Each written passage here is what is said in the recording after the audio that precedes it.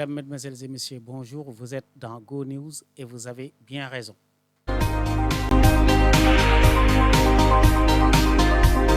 Touba sous les eaux, la ville sainte de Touba a reçu en l'espace de quelques heures plus de 140 mm de pluie par endroit ce 17 septembre. Ces pluies torrentielles sont venues avec leur lot de désagréments. Elles ont causé la mort de 2 personnes et contraint des milliers d'autres à quitter leur foyer. L'ex-député Thioro Mbacké a sauté sur l'occasion pour pointer du doigt les failles du plan décennal de lutte contre les inondations conçu et mis en place par le régime de Macky Sall. D'après Thioro Mbacké, un audit financier à l'encontre d'un tel plan incluant des centaines de milliards de francs CFA doit être diligenté le plus rapidement. Il faut que les gens sachent ce qui s'est passé, a tenu à marteler l'ancien député et membre actif du parti actuellement au pouvoir. L'Agence de développement local s'arme d'intelligence artificielle. L'Agence de développement local et la société Sabdarifa. L'Agence de développement local et la société Sabdarifa ont procédé à la signature d'une convention de partenariat. C'était ce 17 septembre et la cérémonie a eu pour cadre le siège de l'Agence universitaire de la francophonie. Le directeur général de l'ADL, M. Diamé Signaté, et le dirigeant de l'entreprise Sabdarifa ont apposé leur signature au bas de leurs 2 documents respectifs et échangé juste après une démonstration réussie de l'efficacité de l'intelligence artificielle. M. Ibrahima Silla de Sabdarifa a prouvé à une assistance toute oui que dans tous les domaines de notre vie, l'intelligence artificielle peut apporter son plus et ainsi faire avancer les choses à pas de géant. L'agriculture, l'éducation et les divers services y ont figuré et en bonne place. De son côté, M. Signaté Diamé a fait part de ses immenses attentes et espoirs. L'ADL espère ainsi, entre autres, accélérer le processus de digitalisation des mairies, de même que l'effectivité de l'intercommunalisation. La modernisation de cette agence, son impact au quotidien de plus en plus réel, sont en marche grâce à l'intelligence artificielle, dixit M. Diamé à l'issue de la cérémonie.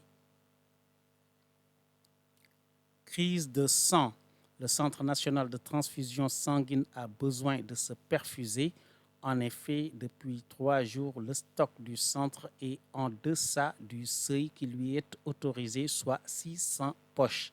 Pour son directeur général, cette pénurie s'explique par la mobilité des donneurs occasionnée par le Mawlud. La période hivernale aussi rendant difficile les déplacements n'y est pas étrangère. À cause de cette situation, des rumeurs ont fait état de vente de poches de sang au niveau de certains milieux sanitaires. Information vite démentie par les responsables du CNTS, mais à partir de ce 18 décembre, un nombre important de donneurs de sang a été aperçu dans l'enceinte du CNTS. Les choses devraient très bientôt revenir à la normale, a-t-on laissé entendre. Bamako sous le feu des djihadistes, le cœur de la capitale malienne Bamako a été le théâtre d'une attaque terroriste double et simultanée. Dès les premières heures de ce 17 septembre, des tirs d'armes lourdes et de Kalachnikov ont retenti dans 2 lieux distincts. Il s'agit de l'école de gendarmerie et de la base 101 située dans l'enceinte de cet aéroport militaire de la ville. Cette base est censée abriter les fameuses milices Wagner. De même, les drones lancés à l'assaut des groupes terroristes prennent leur départ à partir de cette base. Les échanges de tirs ont duré 3 tours d'horloge. La situation est sous contrôle, a affirmé l'armée dans son communiqué publié plus tard dans la journée. Des morts, il y en a eu, mais leur nombre n'a jusqu'ici pas été précisé. Des sources font également état d'un nombre non négligeable d'aéronefs endommagés. L'armée, qui a ratissé large dans la zone, a interpellé des individus soupçonnés d'avoir pris part à l'attaque revendiquée et par le JNIM et par le groupe Al-Qaïda. Une vidéo virale circule depuis lors dans les réseaux sociaux. Elle montre un cadavre calciné et entouré par une foule qui soupçonne sa victime de rebelle ayant joué un rôle dans les attaques. Attaque inédite contre le Hezbollah. Il était 15h30 heure du Liban, lorsque des milliers de buppeurs en Syrie, mais surtout dans la banlieue sud du Liban, ont reçu un message.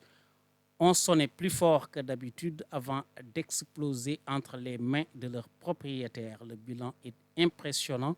3000 blessés et une dizaine de morts. Parmi les blessés figurent notamment l'ambassadeur iranien et plusieurs responsables de haut rang du Hezbollah, le parti de Dieu.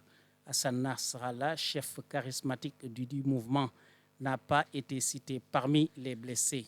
Les hôpitaux de Beyrouth ont vite été débordés avec l'arrivée massive des victimes. D'après plusieurs sources concordantes, l'État hébreu serait à l'origine de cette attaque. Comme d'habitude, Israël n'a ni confirmé ni infirmé ces accusations. Des buppeurs sont utilisés par le mouvement chiite en raison de la difficulté de leur traçabilité. Les appareils ayant explosé ont tous été récemment livrés. L'on soupçonne la présence de traîtres au sein du Hezbollah.